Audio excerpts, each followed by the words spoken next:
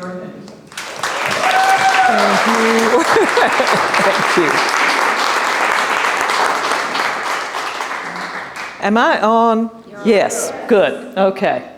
Oop, as if I don't go flying. Sorry for those of you who are here for turf. As she said, I'm 100% shade, so I don't think I'm going to talk much about turf, but a lot of these bulbs are full sun lovers.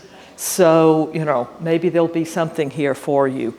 I understand the disappointment. It happens every now and then, but I'm glad I could be here, and thank you for calling. Today I'm going to talk about underused bulbs for southern gardens, which came about after giving a talk on southern garden bulbs for years and realizing that there are a lot of wonderful, lesser used bulbs. Some of them are well known, just not used. Others have kind of floated off into obscurity, but they're really good things and they're worth thinking about. So some of these will be, do you remember this? Yeah, your grandmother had it. Why don't you have it? But we'll just see where it goes. But I love bulbs. Now is, well, it's a time to buy bulbs.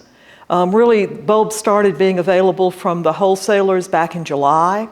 And the sooner you buy, the sooner, you know, the more likely you are to get what you want because things sell out. But they're still available in most cases. The better bulb dealers, and I'll have some sources at the end, but they will hold your bulbs in climate controlled conditions until it's the proper time to plant in your area. So they'll ship out late, you know, much later, and they will be much happier than the bulbs in little plastic bags, I promise you. Not only will they be bigger and heavier and healthier, but they won't have spent the last 4 or 5 months in a plastic bag, in a cardboard box, either in a freight train or in the back room of some nursery. And I'm not dumping on the nurseries. They can only do what they can do. But if you really want good bulbs, this is one thing I really stress. You're probably better off mail ordering. Go to your nurseries. I love nurseries, as she said. I drive over to Jason fairly for at least once a year, usually 2 or 3 times. But I'm looking for the unusual plants and the good plants. But when it comes to something dry like bulbs, they don't store well. So having the humidity and the temperature controlled can make a big difference. And if you do get bulbs early, how many of you all have heard that you should store them in the refrigerator?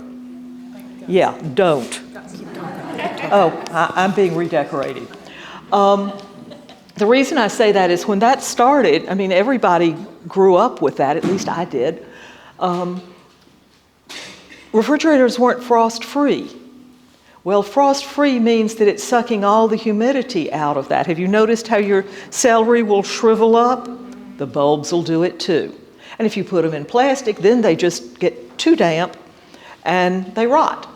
So if you do get your bulbs too early, put them in a cool, dark place.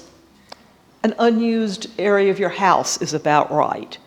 But, you know, anything that you're comfortable with will be fine. It does not have to really be cool. Dark is better because it keeps them from sprouting too early. But please don't put them in your refrigerator. And for the sake of those of you who are going to ask me, yes, I'm including corms and things like that in here. I know they're not bulbs, but heck, they're little brown shriveled up things that we put in the ground, and come spring, it's this wonderful surprise. So as far as I'm concerned, they count for this. Now then, these are all going to be in alphabetical order. And so, you know, it's going to kind of jump around as to conditions and so forth. But Allium triquetrum is one that I've had for years, and it was given to me actually by Brent Heath, the owner of Brent and Becky's Bulbs, when he was in Atlanta years and years and years ago, because he knew I had a shade garden, and he was like, well, there are not that many things that you don't already have that will do in the shade. And so he brought me this cute little bag of them. There are probably 50 of them or more. And I planted them out, and yes, they do in the shade. They do beautifully in the shade. In fact, they will spread in the shade, which if you're naturalizing them is a really good thing. If you have a very controlled shade garden, you know, nicely designed with a nice border and all of those things, they'll show up anywhere. So my suggestion with these is still, I love them. I have not eradicated them from my garden. I love them. But once a year, shortly after they finish blooming, I go out there with grass clippers and just clip the tops off of them. And if there are no seeds, they don't spread. So it's a one-time chore, but it's worth it to have this sea of little white stars really early in the spring. And as you can see, they're coming up amongst vinca and other things like that. So when they go dormant, you don't even miss them. And they do go dormant pretty quickly, and what I consider politely. They don't hang around looking like death warmed over for months, like I hate to say it, but daffodils are prone to doing. You know, we've all heard what Martha Stewart does to her daffodils. Crocus. I know everybody here knows about crocus, but I bet you all have the same problem that most people do, which is the squirrels know about crocus too. And if you plant 100 crocus, you're lucky to get 5 flowers, because they will come in and they will dig it up and they will go back and tell all of their friends and neighbors where the crocus have just been planted, because squirrels look for the disturbed soil. So when they see disturbed soil, they'll go dig around to see what they can find. And of course, if they find crocus, they're going to be right back. And they're going to bring friends, I promise you. So if you're going to do that with regular crocus, please water them in really well after you plant them and then put mulch over them immediately. That will slow it down because it won't look as disturbed. But the best thing for crocus is to plant the Tommies, Crocus thomasinianus. They don't like that one. I don't know why, but they don't. It must have something in the bulb, because I'll find 1 or 2 each year that have a bite taken out of them and it's discarded. And, you know, that's about all it is. I mean, the rest of them are fine. It's like they went, ugh, and, you know, decided they'd go bother my neighbor. But the Tommies are wonderful. You will not find them in the local stores. I'll just be honest with you there. It's not one of the species crocus that you do find for sale. So if you're looking at species tulip or crocus bags, if you're still doing that, look on the back and make sure what the species is. It's the thomasinianus or the Tommy crocus, but all the mail order places will have them, and they're cheap. There's nothing expensive about them. It's just they're mostly in shades of lavenders and purples, so they don't look as flashy hanging on the rack with the pretty cardboard picture in front of them. I will say, if you're going to plant these, I strongly suggest one of the purples, or ruby giant. I mean, those are purples as far as the plant's concerned. The alba is gorgeous, but it's much weaker than the others. The others will multiply and divide and come back year after year. The alba is a little finickier. So and it's also a little more expensive, but it's still not expensive. But unless you really want the white, I would suggest you go with one of the others. But that's just me. I'd rather have a show of lavender than a, unhappy looking little white one. And then there are the fall blooming ones. The speciosus, conqueror and such really do very well here. They bloom usually with my hardy cyclamen. It's about their time of bloom. But the one I really love is the sativa. It is the saffron crocus, and it really is saffron. The bulbs are a lot cheaper than the saffron, to those of you who cook. It's worth it for as much as we're likely to use to go out there and snip them off and dry them and stick them in a jar, and you've got those little threads of saffron. So if you like it and you don't particularly like the cost of saffron in the store, this is a good way to have your cake and eat it too. They're beautiful in the garden, and they provide you with saffron. But the species ones, particularly sativas, do like really good drainage though. Think about it, it's mostly, think of it in Greece and places like that as far as its happy place. And here is the cyclamen heterofolium. Now then, this is not the one you see at the grocery store. They're related, but they're very, very distant. And this one is hardy in this area. If you look, I'm going to see if this works. Oops, no, it didn't work. What did I just do? Where's the point? Is this the pointer? Yes. Do you see that kind of, I won't say what it looks like. I think you all can tell me. It does. You're likely to buy them about this big around. You're lucky if you get 1.5 or 2-inch ones. You may even get 1-inch ones. And they are expensive. But once they settle in, not only will that thing keep growing, the biggest I've ever seen was this big. And it must have had 200 flowers on it. But the flowers will get pollinated by the bees, and then they will set out seed that the ants move around, and you'll have them popping up in your garden. I have mine under a low diseptum Japanese maple, and they've popped up all the way around it, and I just, pardon me, doing that with a microphone on, it was cruel, I'm sorry. But I really love them. Mine actually just finished blooming. I don't know why they're so early this year. I think maybe it was just, well, it was a crazy year. But I do love them. There is the heterofolium. There's also one called cyclamen coum, C-O-U-M, that does well here. But heterofolium is the, I'll just say, toughest of them, at least for me. And I like it over the coum, which just has little rounded leaves of, I love the patterns. It's the ivy-leafed cyclamen, heterofolium. And I have never seen 2 plants identical in a garden. I mean, I'm sure there are, but in the quantity you're likely to get in a garden, all those seedlings, they come up differently, and it's like these little stained glass windows. And those will be there through the winter. It's not going to cover the ground. It's not that big and robust, but they're just beautiful. Now then, Galanthus. Nivalis is the one that does the best in the South. There are several others that will do. But there is a trick to Nivalis. I grew up gardening with my grandmother and my great aunt, and neither of them thought that they would do here. I never saw them here. And then years and years ago, for the Georgia Perennial Plant Association, I was doing their garden for the Southeastern Flower Show. They asked me what I wanted to do, and the theme that year was reading. And I thought about Elizabeth Lawrence. How many of you all have read Elizabeth Lawrence? Well, good. Convince the others, please. I think it's worth doing. She has several books out. She was a writer up in Raleigh and in Charlotte. She wrote a weekly column in their paper.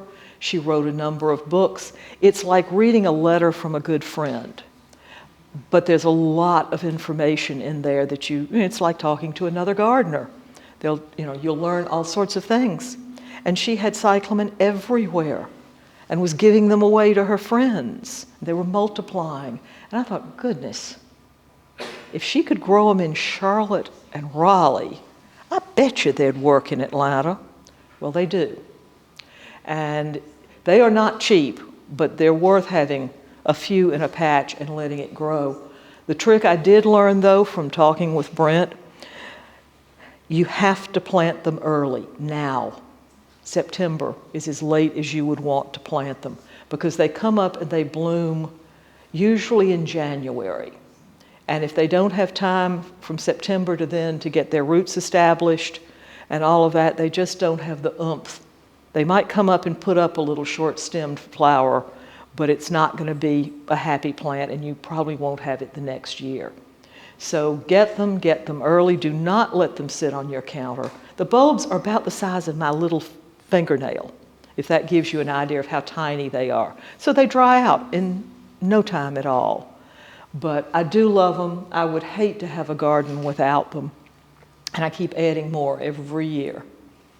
So, I strongly recommend them to you. I should go back and say one other thing.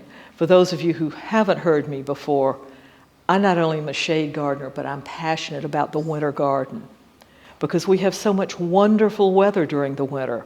And it's nice to be out in my garden, and it's nice to be enjoying my garden and not being eaten alive by those bloodsuckers. I grew up in Atlanta. I know them well, but I still don't like them. So I think, things you can add for your garden for that time of year, it's really a wonderful time to be in your garden. Yes, there are nasty weeks or whatever, but there's more good time than bad time for us to be outside then. Okay, we're jumping into late spring here with the gladiolus. This is a species glad, Byzantine or Byzantine. It comes up only about this tall. The flowers are about maybe this big, each one. This is not that big florist thing that flops over and does awful things in your garden. Just buy those as cut flowers, unless you have the exact place and you're willing to stake them. But as you can see, these bloom with the bearded iris, and it makes a really pretty combination. They want full sun, really good drainage, hot baking sun. But these are readily available. There are other dwarf glads that you can use, and people have told me they've had mixed results with them. I frankly have stuck with this one, but it really is the species that I'm looking for, even though that is not my normal color palette. That time of year, it really works with a lot of the iris, with the blues and all. It's a nice addition. Okay. This is an amaryllis. This is our hardy amaryllis. Many of you all grow up in South Georgia. Not many. Okay, well, for those of you who did, you probably remember seeing this all along the walkways of little farmhouses and so forth. It multiplies like a weed. It clumps. It doesn't run all over the place, but people would divide it and give it around, and it would just, they'd start developing large plantings. I first saw it at Ryan Gainey's, and I fell in love with it. And one thing I came to notice was that it was in bloom for Mother's Day weekend every year, which I found interesting because that's, we're getting a little, how many plants actually follow the holiday calendar? Let's put it that way. Our weather normally has more effect. But this can be a hard plant to find. The easiest place to find it actually is the Market Bulletin, which I assume at least some of you are getting or reading online, one way or the other. But it's a good pass-along plant. Plant it, give it as much sun as you can, and it will be with you for a generation. And the clump will get bigger and bigger and bigger. And they do cut well, just like any other amaryllis. But unlike the great big florist ones, which will overwinter here most of the time, but this one really is a true perennial. Now then, this is the workhorse for a shade garden. If you are in the shade, this is your bulb. And Hyacinoides hispanica, better known as Spanish bluebells or wood hyacinth, or probably a number of other names. The blue one is by far the most robust, and it will clump up and make a wonderful thing, beautiful amongst a ground cover. Because of course it's not like any other bulb, it's going to go to sleep when summer comes. So you need something, to go in. It either needs to be filling in an empty spot that will be filled in, or it needs to come up in a ground cover. But it's about this tall, very prolific, very profuse in its bloom. Again, the white and pink simply are not as robust, but if you have a small spot in your garden that you'd like a clump of them or whatever, they're lovely. It's just the blue is the stronger genetically one, so it's the one that really puts on the show. But people love the white, and of course they love the pink also. So the breeders will make it available. And this one is another old southern one. The summer snowflakes. These don't bloom in the summer. These bloom in the spring, folks. I don't know whoever it was who gave it this common name, I don't know what they were thinking. But another one that you used to find in old farmhouses and old homes, lined up like some people do liriope or liriope, whichever you prefer. But this is a bulb. It will go dormant, but it comes up, and these flowers are so pretty. Some of them are taller. The varieties vary. Some of them are taller, about this tall, and they make beautiful additions to our flower arrangements. So this is one to definitely think of. And this one is tough as nails. Sun or shade, I wouldn't put it in the dark shade, but it doesn't need much light. And it's going to be up when the leaves are off the trees. So a lot of these, even though they want some sunlight, deciduous shade is fine because they'll have done their thing by the time, it's time for them to get there, by the time the leaves come back on. Now then, this is a lily that I first met up at Barnsley. It's amazing as you travel what you find and what you get to know. The Formosa lily grows about 6 to 7 feet tall. Yeah, it loves full sun, likes good drainage, doesn't really like severe drought, but it doesn't want a lot of water. It's tough and easy, and looks like an Easter lily on steroids. I mean, it's tall. Those flowers are like this. It's beautifully in scale. But what's particularly interesting about it is the seed pods form, and they're like a candelabra up on the top. They're really quite pretty in and of themselves. And dried, they're wonderful in dried arrangements for the fall and winter. However, each of those seed pods probably has about 10,000 seeds in them. Tiny little paper-thin seeds. And they'll blow in the wind, and they'll come up hither, thither, and yon. Easy to pull up. You don't like them there. But you can get quite a colony of them from just a pot or two of this one. And, it comes up in the summertime, and it's really, a nice addition. So bulbs are never, unless you have something like Gibbs Garden, where you've planted millions of them, bulbs are never going to be the main show of your garden. But they certainly can make a difference, and they can add in things with, other parts of your garden. This is a lovely back of the border thing, or hanging over a picket fence or any sort of fence. I love them too. I think everybody loves these. Spider lilies, they actually have other common names, but spider lily is the most common. Usually it's referred to as red spider lily, and it's the Lycoris radiata.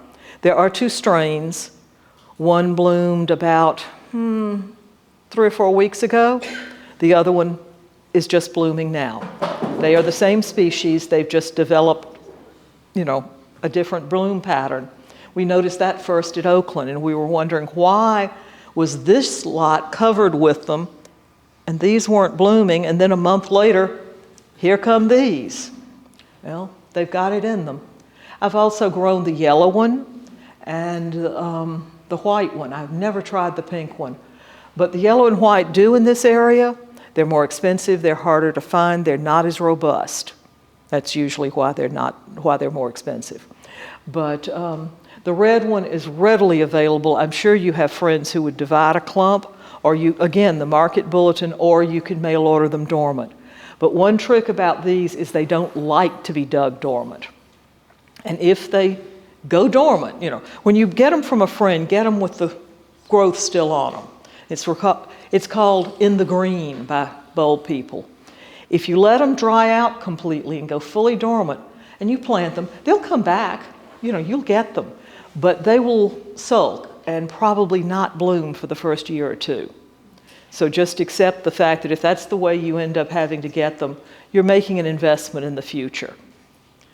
But the foliage is up, or will be up shortly now that they've finished blooming. The ones of mine that bloomed a month ago have already started popping up some foliage. And it'll be with me all winter long. So they can also plug in at the base of something that's going to go totally dormant, and you want to fill in for the winter, or you want to use them, next to something so you remember where that peony was, and don't put a shovel in there. And another Lycoris, one of the most southern of the common names, is naked ladies. And we used to have great fun at Oakland sending out a blog post or something about the naked ladies were at Oakland this week. It really drove our media person crazy with the answers that she got. I think gardeners have to have a little fun here and there. But these bloom earlier than the red ones do. They're also taller they're more like amaryllis looking, but again, old southern bulbs that you just don't see for sale anymore unless you mail order them or have a friend. Friends are good things. Now then, muscari. This one is about as common as anything can possibly be. There are many different varieties. However, neglectum is the old-fashioned one. You can see it's not as showy. The one to the right is the more hybridized one, which is the showy of them. And then latifolium and plumosum and so forth are just, frankly, freaks of nature that people like. And they do very well in your garden. I'm not saying don't garden with them, but they won't spread around like those other two will. It's wonderful blue. You can use them in the early spring mixed into your garden. As you can see in the middle, you can get them in a variety of depths of blue. And there is a white one. But one of the most useful things I find to do with them is to plant them at the base of things that are going to go totally dormant, because the foliage is coming up now, and it'll be there all winter long, even though the blooms will pass. And so it's kind of my way of knowing, oh yes, I don't want to dig there. Because how many of you all have put a shovel through a perennial or a deciduous something and kicked yourself later? These are a cheap way to have something pretty there, but that will alert you that you need to exercise caution. And I wasn't going to talk about daffodils, but I've got to include a few of them. These are all old narcissus. These date back to the 1800s or earlier. Most of them are going to be short of statue, but they are so sweet and they are so dependable. And the reason they've been in gardens for 200 years is the fact that they're tough. They want to grow. They're going to do for you. The pseudo-narcissus up at the top left is one that we've planted at Oakland for, I don't know how many thousands of them, because we've rescued them with permission, but from old home sites that were about to be bulldozed. And they are reliably in bloom in January. And so the rest of them come in kind of after them. There's a sequence of that. So you can have daffodils for a very long time. You don't have to go with just the one big show, but you certainly can. But the pseudos are probably my favorite, just because they don't mind snow, they don't mind anything. And so they will give you that flower late in the year. Actually, I've seen them come up in December, but when nothing else to speak of is blooming. And here's some double forms also. So it's not just the really fancy hybrids that are great. And a note on those fancy hybrids, look and see if they will naturalize or perennialize. Those are two terms used for daffodils. Perennialize means it will come back. It will keep blooming for you year after year. Naturalize means it will spread around. So, it's either way, but that's what you want. Many of the fancy ones in the trade now have been bred for the show table, and they really aren't super great garden bulbs. I'm not saying that they're all that way, but there are certainly some. So look around and try to find those that, have proven themselves. And then this one is a fairly modern variety, but it is, I think it has been bred from the pseudos, because it also blooms in January. This one has actually been in bloom in my garden for Christmas, or as late as mid to so into January. And I put the slot in there. That is actually from my garden with snow on it. Occasionally we do get snow. But it doesn't care. It may make the leaves bend over, it may whatever, but the flower just keeps on keeping on. So they're tough as nails, and these are readily available from the dealers. Now then, these are plants that are really good old-fashioned spreaders, and these are all over Oakland. The Iphions are starflowers, and the Ornithogalum, which are the Star of Bethlehem, will seed around everywhere. but they are small, they're diminutive. When they die back quickly and easily. When they're in bloom in the spring, they're lovely. They're just tough as nails. When we started gardening the gardens there, and that was, oh goodness, 17, 18 years ago, they were everywhere because they had survived all those years of neglect, or even worse, under city mowers. You know, it hadn't bothered them at all. So again, something that's fun. And in a few minutes, I'm going to talk to you about a bulb lawn. And these are perfect for that. So are the muscari and a few other things. This is another one, silver bells, that is not so readily available, but it does very well in this area. It's got about a 12-foot plant, and that spike of flowers is as pretty as any hyacinth that you've ever. It's not quite as full as a Dutch hyacinth, but as far as the Spanish bluebells or whatever, and they work together really nicely. But I love it with the green and white. It's so unusual, and people are always asking about it. But again, tough as nails. And this one is another one from Oakland that I have to put it in here just to frustrate you. It took me 3 years to get it identified. And we finally got it identified. It's blooming about hip high on me. And no, that color is not enhanced. That is just as it was, almost electric. And this big tall thing, and then the green tip up on it. I mean, it's just a beautiful flower. I find it in the bulb catalogs every year or two. It's obviously not one that they're importing or breeding, or propagating that often. But if you see it, try it. You see what the foliage looks like. 2 clumps were at Oakland when I first discovered it. One was in full blasting sunlight, and the other one was over under a tree. So I have a feeling it's going to take either. I never had the heart to dig them up and move them around, but because I was scared to death I would kill them. But I mean, if they could survive that long, I mean, I don't know. Those tombstones are from the early 1800s, and my guess is that they had been planted by the family. So it's a survivor if you can find it. Tulips. You all know the Darwin tulips, and some of those do come back. You have probably gotten the other Dutch versions of tulips, and they're beautiful. But pretty much, you probably have to plant them every year.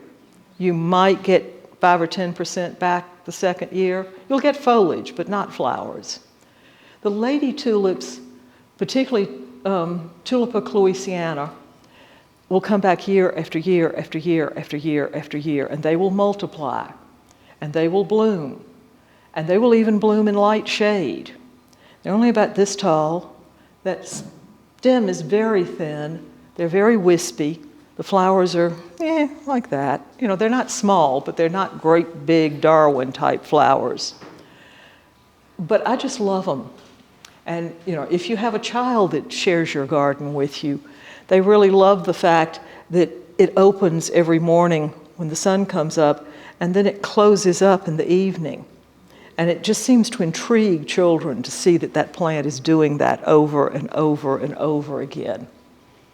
So I love them. I have them throughout my garden because, again, they come up amongst the perennials, and then they go away before you are tired of having them there. And Tritilia used to be Brodenia, I think is the pronunciation. But anyway, these love sun and total drainage. So this is for along your driveway or something, or in a very sunny border, but not under irrigation. They'll only last a year or two under irrigation. But again, they're readily available in the catalogs. The rich blue Queen Fabiola is the one that I've had the best luck with. In general, whatever the natural color of something is, the stronger it's going to be. When they find the whites or whatever, they're often sports and often don't perform quite as well as the natural one does, because it's just stronger. But I love it. It looks like they're up on wires, they're just really interesting plants. But I have loved them, and I love blue. So they cut beautifully. In fact, you see them almost more as cut flowers than you see them sold in garden centers. And the rain lilies. I think we've all either seen them or grown them or whatever, but I don't think a garden can have too many of them. My Adamasco lilies have just finished blooming about a week ago. You know, when we got that good few days of rain, I don't know if you all did, it's so localized these days, but in Atlanta we did. And within a few days, up popped the flowers. So I have, done well with those. I've done well with the pink and with the yellow. So, this is something that you can definitely use. Deciduous shade is fine as far as they're concerned. In fact, it's probably the best situation. They don't need to be wet all the time, but they will bloom when the rains come. So, the books I put up there are kind of some that you can look into if you want to learn more. This one is by Sarah Van Beck, who actually lives here in Atlanta, but she grew up in Florida, and she's a historian, and she has delved deeply into the history of daffodils. And this is not a book that you want just for gardening advice. This is if you love history. Daffodils Down Here is from Brent Heath, who has spent his life and is actually, I think he's the 5th generation of bulb dealers and growers. So wonderful information. These two are from somewhat southern. Louisiana, Texas, yes, it's southern, but it isn't quite the same. But their stories and the plants that they have found, I find really interesting. But the one that I wouldn't be without is the little bulbs, which is Elizabeth Lawrence. I strongly recommend it with a glass of whatever your favorite beverage is in front of the fire on a nice cold day. And it's one of those that you can read 4 or 5 pages and put it aside and come back a month later. It's not something that you have to be with. My actual favorite of hers is The Winter Garden. But there are about 4 or 5 different books, and all of them are good. And I told you I'd talk to you a little bit about planting a bulb lawn, because that is such a hot topic these days. It's a great... It probably would offend those of you who came to hear about turf, because it's supposed to come up in your grass, not in your turf, if you get my difference. It would not like the herbicides and pre-emergence and all of that. But if you just have regular grass and you want to do this, you can get quite a show over more than a month in the early spring when most other things aren't going on. I put this, I don't normally give links to other places. This is a 15-minute video. It's put together for Garden Gate magazine by my friend Dan Benarzik and his wife, Peggy Ann Montgomery. And they're doing it in their garden, and they show you from start to finish exactly how to do it. Now, then the only thing that I have trouble with is that they're up in the Northeast, and their list of suitable bulbs, take it with a grain of thought. Most of them are good, but there are a few that I'm not sure would do down here. But heck, most of these little bulbs are cheap as they can be, so go for it. But I wanted to put this in here. If you want to learn more about it, you don't want me talking about how to dig a hole and all of that kind of stuff. He's got a wonderful tool. It's a long auger, and I mean, we've all seen the cheap ones, but this one means business. And it actually would probably work because they have clay too. So, I just think you might enjoy it. So I put that in. Yeah. Yeah, Chanticleer is to die for. Yeah, I know. If you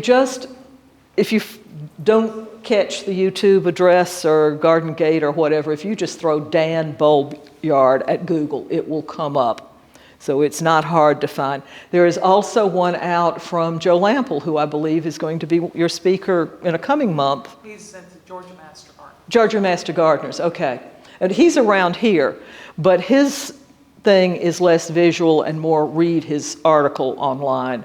And so for many purposes, I like this one better because I like to see what they're talking about. Not to say that Joe's information isn't good, it's excellent, but just a different way of presenting it. And then I promised you sources. All of these are well-respected, been around forever bulb people who will usually in their listing tell you what the size of the bulb is and things like that, unlike some of the big ones like Brex that you really don't know, and you tend to get smaller bulbs. The smaller bulbs will live. It's just you're starting out a little behind where you would be if you get the bigger ones. And I find the difference in money to be well worth it to get the things. Brent and Becky's and Sheepers are probably the ones for the most variety and to buy the most in bulk. Old House Gardens and Southern Bulb Company tend to have a little more esoteric and hence precious bulbs. But if you're looking for something that you don't find elsewhere, you know, they certainly have the quality and the worthwhile plants. And so that is it, unless you all have questions. Any questions? Yes. Oh. Comment that Formosa lily Uh-huh. that grows so tall, does it flop over? You have to stake those? If it's in enough sun, no, it doesn't flop over, but if it gets really windy or stormy, yes, it will. So you can stake it if you want to, or you can put it, you know, where it comes up through something, like up through hydrangea plants or something like that, or where it can flop on the thing. So it's not really heavily floppy, but once those flowers start to open, just like any other lily, it's too much up, or the sail gets too big at the top for some of the winds. So. The naked lily that Uh-huh. comes up is one of The pink one? Yes. Uh-huh. I've had what I thought was a crinum lily, Mm-hmm. and it looks like those same blooms, but you know, it's got all that green foliage. Yeah, it's a mop of a great big mop of broadleaf. That is a crinum. And the only reason I didn't put it in here is it's bigger than most people can cope with in their garden. And it's a mess, to be honest. It's not that pretty a clump. Now, we have them at Oakland. We love them there because they're very period and all of that, and they're good performers, and the cut flowers are fabulous. But the plant itself isn't very pretty. But that's not the naked lily. No, that's going to come up with straps about this tall and about this wide, whereas the crinum, even flopped over, can be this tall. I mean, one of our board members had a crinum, and she was moving, and she wanted us to dig it and to take it to Oakland. And I had a couple of really brawny guys on the, that was a trip for them to even get out of the ground, much less to lift and put in the truck. I mean, those things are huge. I mean, obviously it's a clump of bulbs, but if you are interested in those, I was going to say you don't see them for sale that often, but there's a guy, Jinx Farmer, thank you. I was having a senior moment there as well as I know him. And I think he calls it maybe North Augusta, but anyway, Augusta to South Carolina. He has he sells them there on his website. So if you just Google Jinx, you'll find them. And they have some and they even have some little dwarf ones that stay relatively manageable and all of that. So he's made it a passion of his to collect all the different varieties that he can and, you know, save them from extinction, but also make them available to people. And once you have a crinum, you have the crinum. I mean, and they can smell heavenly. I've walked the field with him once, I'm sure you have too, when it's just heady with that fragrance. So they're wonderful. I just wish they could find a way to make the plant more manageable. You know. Beautiful cat. Beautiful cuts, I mean, but just not. So, anybody else? Yes? Yeah, you know, you told us about some of the lesser known ones there, but I'm getting ready to order a bunch of tulips. Uh-huh. I've never done it really before. What are a couple of the more common that are really well in Georgia, I guess, for tulips? Most of the Darwins are going to do really well, that whole strain. There are even some red Darwins that will come back, but there's no way to know which ones they are. Nobody seems to know the name of it. Every now and then you'll find a good bulb, like Southern Bulbs or something, that will talk about having the Texas reds or the reblooming reds, and those are ones they've just collected from old farmhouses and propagated. And those are worth getting. They're usually very expensive, I might add. But the Darwins are a good place to start. Most of the hybrid tulips will actually do fine for us. It's just they're a one-shot pony. You know, plant them with the pansies and expect to take them out when you take out your pansies. So, anything else? Well, thank you so much.